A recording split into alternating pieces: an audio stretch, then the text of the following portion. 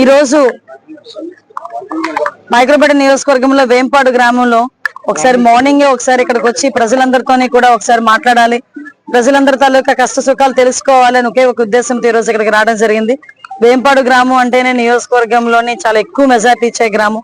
అన్ని కులాల వాళ్ళు, అన్ని వర్గాల వాళ్ళు కూడా తెలుగుదేశం పార్టీని, ఎన్డీఏ కూటమిని ఆశీర్వదించి ఈ రోజు మంచి మెజార్టీతో గెలిపించిన తర్వాత వీళ్ళ కష్టాలు కూడా అన్ని కూడా చూడాలి, వీళ్ళు ఏమైనా ఇబ్బందులు పడుతున్నారు అన్ని చూడాలి అని చెప్పి ఉదయాన్నే ఇక్కడికి రావడం జరిగింది.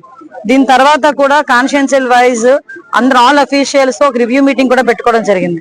రివ్యూ మీటింగ్ పెడితే అధికారులు ఏం చెప్తే అది వినేటట్టుగా కాకుండా ఈ రోజు గ్రామాల్లోకి వచ్చి వాస్తవాలు తెలుసుకొని అధికారులతో కూర్చోవాలి అని ఒకే ఒక ఉద్దేశంతో ఈ రోజు నేను మార్నింగ్ రావడం జరిగిందండి. ఇక్కడికి వచ్చిన తర్వాత కొన్ని ప్రాబ్లమ్స్ చెప్పారు. ఏదైతే చాలా మందికి పెన్షన్స్ అందుతున్నాయి, అన్ని రకాల సంక్షేమ కార్యక్రమాలు ఉన్నా కొన్ని చోట్ల వాటర్ ప్రాబ్లం, అదేవిధంగా డ్రైన్ ప్రాబ్లం ఉందని చెప్పి నాకు కొన్ని సమస్యలు తీసుకొచ్చారు.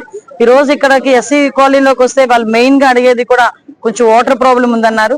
ఈ వాటర్ ప్రాబ్లం తీర్చడానికి కూడా మేము ఒక పక్క ప్రణాళిక వేసుకున్నాం. అది ఇంచుమించు ఒక 15 days లో వాటర్ ప్రాబ్లం కూడా క్లియర్ అవుతుంది. ఎందుకంటే పైప్ లైన్స్ అన్ని వేయించుకున్నాం, వాటర్ హెడ్ ట్యాంక్ ఉంది. ఈ పైప్ లైన్స్ కంప్లీట్ అయిపోతే కంపల్సరీగా వాళ్ళందరికీ కూడా ఇంటింటికి కుళాయి ఇచ్చే బాధ్యత కూడా మేము తీసుకుంటాం. ఎందుకంటే ఆల్రెడీ మాకు సూపర్ 6 లో కూడా మేము లాస్ట్ మేనిఫెస్టోలో కూడా ఇంటింటికి కుళాయి ఇస్తామని చెప్పి మేము చెప్పాం. దాని మీదనే ఈ రోజు కూడా మేము చిత్తశుద్ధితో పనిచేస్తున్నామని చెప్పి మీ అందరికీ తెలియజేసుకుంటున్నాం. ఇలా నేను వచ్చిన ప్రతిసారి ఎంత షెడ్యూల్ ఏ షెడ్యూల్లో ఉన్నా కూడా నియోజకవర్గంలోకి వచ్చిన ప్రతిసారి ఒక్కొక్క విలేజ్ కి 2 విలేజ్ లో ఒకసారి చూసుకుని వాళ్ళ కష్ట సుఖాలు తెలుసుకుందామనే ఉద్దేశంతో ఈ రోజు పనిచేయడం జరుగుతుంది.